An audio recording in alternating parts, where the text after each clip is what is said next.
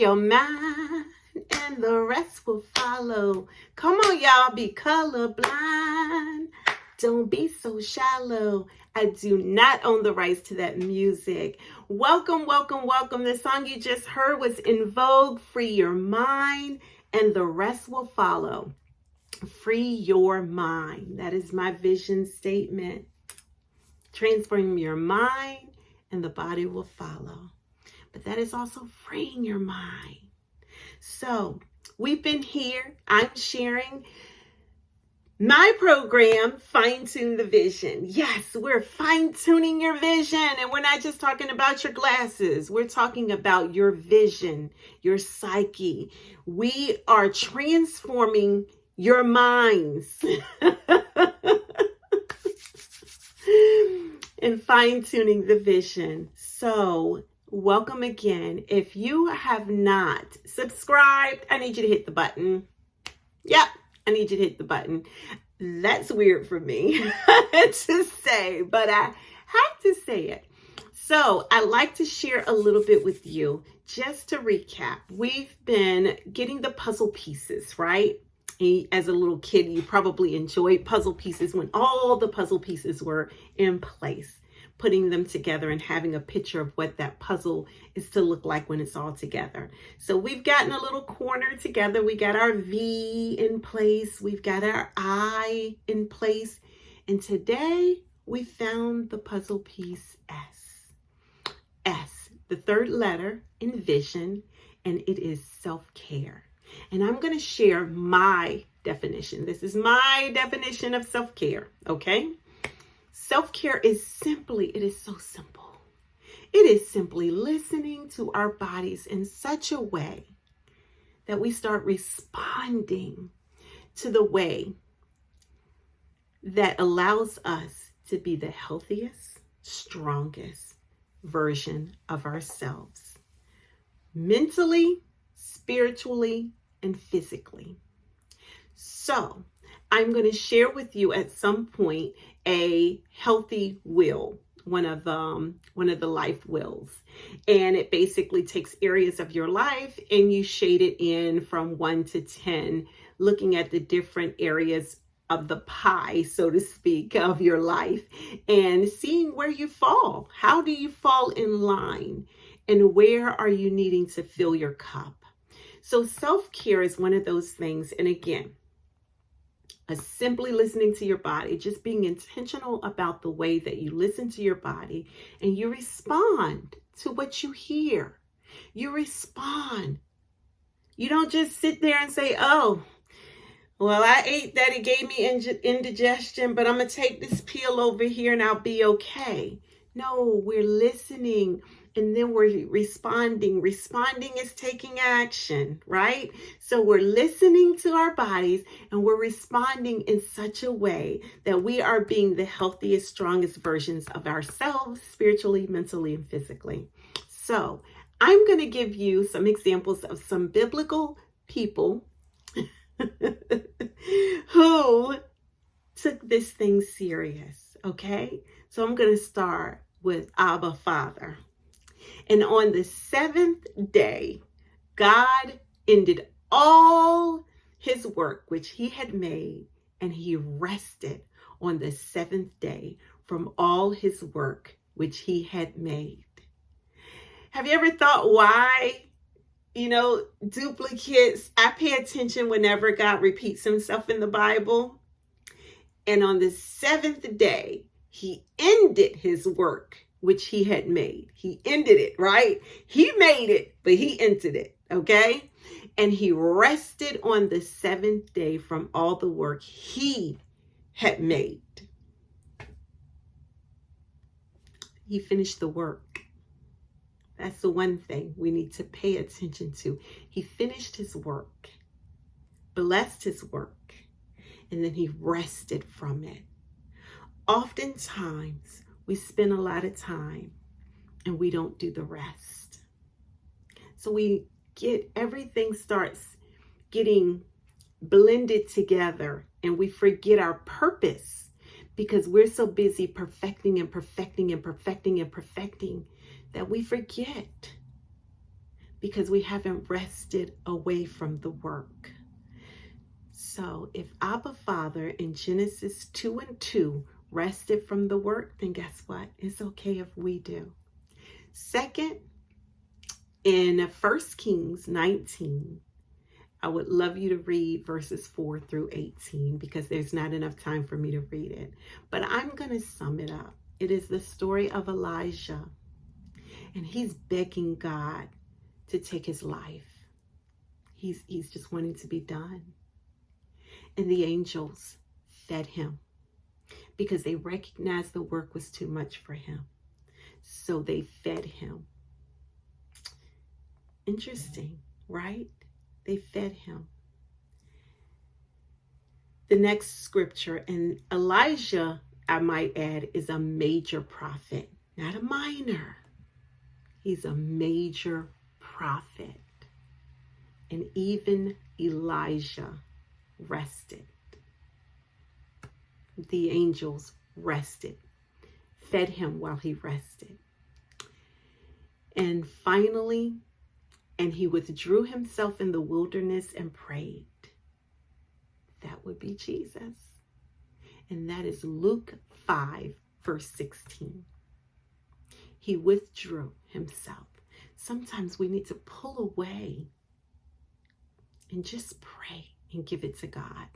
So today I'm going to talk about self-care, and I'm going to talk about prayer meditation, and I'm going to talk about simple ways that we can take care of ourselves. Self-care is very much individual.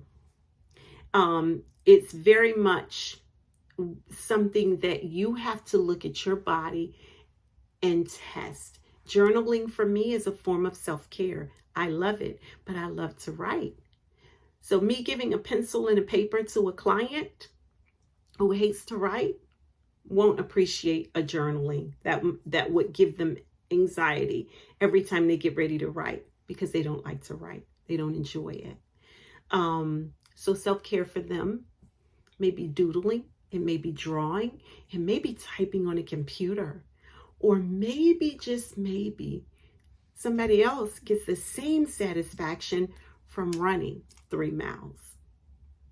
Got my joggers out there? Walkers? Whatever it is for you, study yourself. Remember, in introspect, we don't leave the letters behind. We're still in introspect, but we're focusing from the perspective of self-care. So I'll give you an example. Most of us have a pretty decent vehicle, I'm sure, newer vehicle, I should say. And maybe your vehicle requires premium gas. At one point, you had a car and it only needed regular gas. Or maybe you're still in the regular gas stage, right? There are some newer cars now that don't require the higher octane. And I'm not talking about you EV folks that plug up to the, no, you don't count. I'm talking about those who are still pumping the gas. So if you have a car, my vehicle requires the higher octane premium. It wants 92 and above. In the manual, it says 92 and above octane. Okay? If I put regular in there, which a lot of people do, I notice my car doesn't take off well. I can tell when my husband puts gas in my tank because he's Frugal Freddy, and he tries to alternate and put this other stuff in my car and it's supposed to be the same. I don't know. I can tell the difference because my car doesn't have the same pickup. I also can tell the difference when I get bad gas. Gas from a place that doesn't have really good gas, it doesn't have the same pickup. So the point I'm trying to make is, I want to talk about it from the perspective of eating. I require 100 ounces of water. Anything less than that, my body doesn't show up. My skin doesn't look as good. If I eat something that may not have been the best choice, typically it doesn't flow through my body. I like to say wash through my body well, because I'll feel the irritations in my skin. I may have a dry patch on my skin in areas because I'm not hydrated.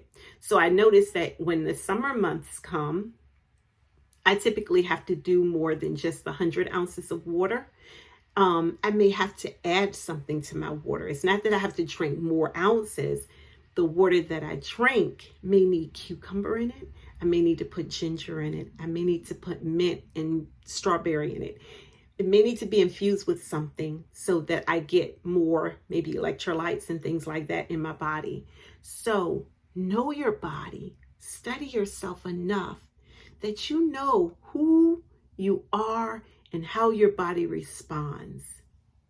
You don't know that if you're not paying attention to how your body responds when you eat something or if you stop eating it. Every couple of years, from the time I turned 40 and I'm 52 now, I literally have a new allergen. It's the most annoying thing.